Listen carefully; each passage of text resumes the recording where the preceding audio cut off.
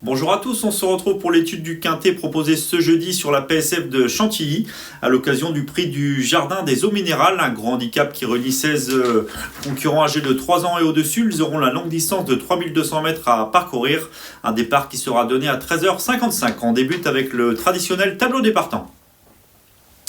Avec comme top weight le numéro 1 Capani, un concurrent qui affectionne cette PSF de Chantilly, lui qui avait notamment remporté ce quintet la saison passée.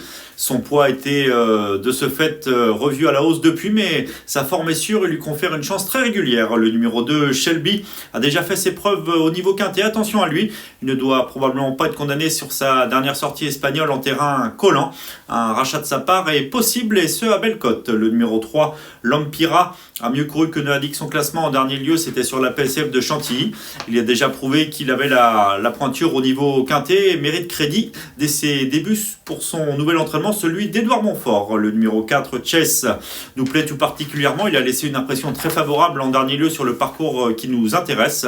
Nous y reviendrons plus en détail dans quelques instants, mais sa candidature semble incontournable. Le numéro 5 Mona Tresi a prouvé sa forme en s'imposant sur cette PSF de Chantilly. Sa forme est sûre donc, mais son poids a logiquement été revue à la hausse et elle ne bénéficiera pas cette fois de la décharge de son partenaire, si bien que sa marge semble plutôt réduite. Le numéro 6 Black Hawk est un concurrent qui n'est pas de tous les jours. Certes, il a prouvé sa forme en s'imposant sur le parcours qui les intéresse, mais son poids a de ce fait été revu à la hausse.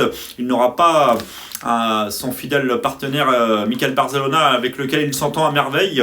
Clément Lecoeuvre est un excellent jockey, mais il n'est pas certain que ce couple fonctionne, raison pour laquelle nous ne l'avons pas gardé, mais sa forme est sûre.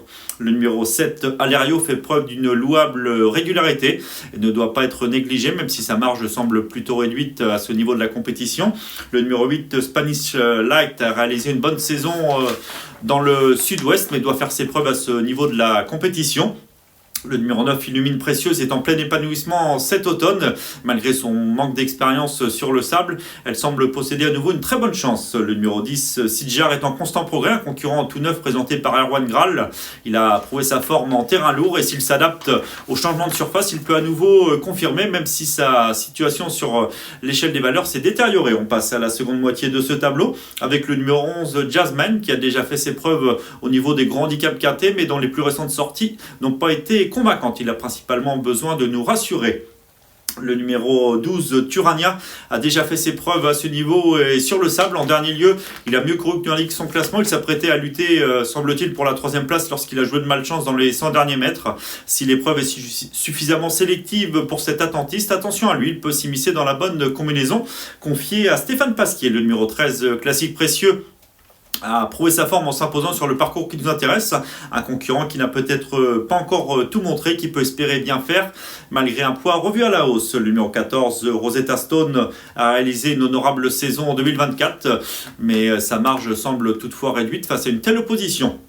Le 15, Act of Wisdom, reste sur une série de bonnes performances, mais il semble plus percutant en terrain très assoupli, voire lourd, raison pour laquelle nous ne l'avons pas gardé. Enfin, on conclut avec le numéro 16, Russian Twist, un concurrent qui a déjà fait ses preuves sur cette surface, lui qui se classa 2e de ce quintet l'an passé remporté par Capani, mais il semble un peu moins percutant cette saison, même s'il a prouvé sa forme en se plaçant en province, les lots étaient moins relevés, et il ne semble posséder qu'une chance secondaire cette fois.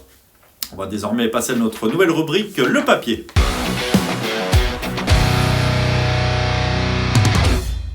Le papier, l'étude de nos 5 préférés pour ce quintet proposé jeudi à Chantilly, avec tout d'abord le 4 Chase, un pensionnaire de Pierre et Joachim Brandt que vous pouvez revoir à l'image d'ailleurs lors de sa dernière victoire très convaincante, le 28 octobre dernier sur le parcours qui nous intéresse. Certes, il était seulement opposé aux 3 ans à cette occasion, on peut le voir avec sa casaque bleue et jaune, mais vous pouvez le revoir à l'image, Sa domination est nette dans la phase finale et il va disposer très nettement de ses rivaux sous la selle de Maxime Guyon qui n'a pas besoin de lui demander le maximum pour qu'il fasse nettement la différence. On sent un concurrent en pleine possession de ses moyens qui affectionne cette surface. Malgré sa pénalité et le fait qu'il doit cette fois affronter ses aînés, il n'a peut-être pas encore tout montré et devrait, semble-t-il, jouer un tout premier rôle dans ces quintets. En tous les cas, sa dernière victoire nous a beaucoup plu. On peut également penser au numéro 9, Illumine Précieux. Nous avons une stat à son sujet, c'est sa réussite avec Frida Valescar. 6 courses pour elle, pour une victoire et 3 places, soit 67% de réussite dans les 5 premiers. Après avoir remporté son handicap où elle devançait Classique Précieux à la lutte sur le gazon de Chantilly, elle a très bien couru par 2 fois depuis au niveau quinté, que ce soit à Longchamp puis dans le prix de l'élevage à Saint-Cloud. Si elle s'adapte à la PSF, elle qui n'a couru qu'à une reprise où elle avait pu se montrer menaçante ce jour-là, mais elle n'était certainement pas au mieux. Si elle n'est pas desservie, je vous le répète, par ce changement de surface, elle aussi peut espérer ambitionner les toutes premières places. Nous pensons également au numéro 1, Capani, qui affectionne cette surface. Nous avons une réussite, une stat, c'est sa réussite sur la PSF de Chantilly. Il a couru à 5 reprises pour une victoire dans ce quintet l'an passé et 3 places, soit 80% de réussite dans les 5 premiers. Il a prouvé sa forme dans une course à conditions bien composées, en dernier lieu, où il s'est comporté très honorablement. Il sera confié à Augustin Balamer qui réalise une fructueuse saison et malgré ses 61 kilos, ce Capani semble posséder une bonne chance. Le numéro 2, Shelby, nous plaît bien également. Un concurrent qui a déjà fait ses preuves au niveau des quintets, mais également sur le sable. Il ne doit certainement pas être condamné sur sa dernière tentative où le terrain l'a probablement desservi. Il aborde cette fin de saison avec une certaine fraîcheur et peut attirer les amateurs de bons outsiders. Enfin, nous penserons au numéro 13, Classique Précieux. Compagnon de Kazakh d'Illumine Précieuse. Ils avaient d'ailleurs été séparés d'assez peu dans un handicap cantulien il y a plusieurs semaines. Ce concurrent est assez peu expérimenté. Il n'a probablement pas encore tout montré. Un concurrent encore perfectible qui nous a bien plu lors de sa dernière victoire sur ce tracé. Certes, le lot était inférieur, mais il l'a bien fait. La forme primant souvent la classe à cette période de l'année. Il peut espérer confirmer malgré sa pénalité. Nous allons désormais passer à notre nouvelle rubrique, Notre choix.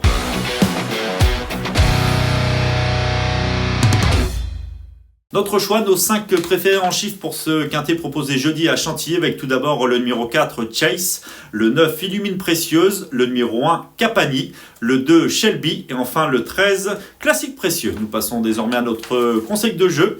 Lors de cette réunion, une cantulienne, ce sera dans la 9e et dernière épreuve du programme. Le numéro 13, Madame Jourdain, nous plaît bien. Cette concurrente a désormais 2 parcours dans les jambes après plusieurs mois d'absence. Elle s'est très bien comportée en dernier lieu sur le parcours qui nous intéresse.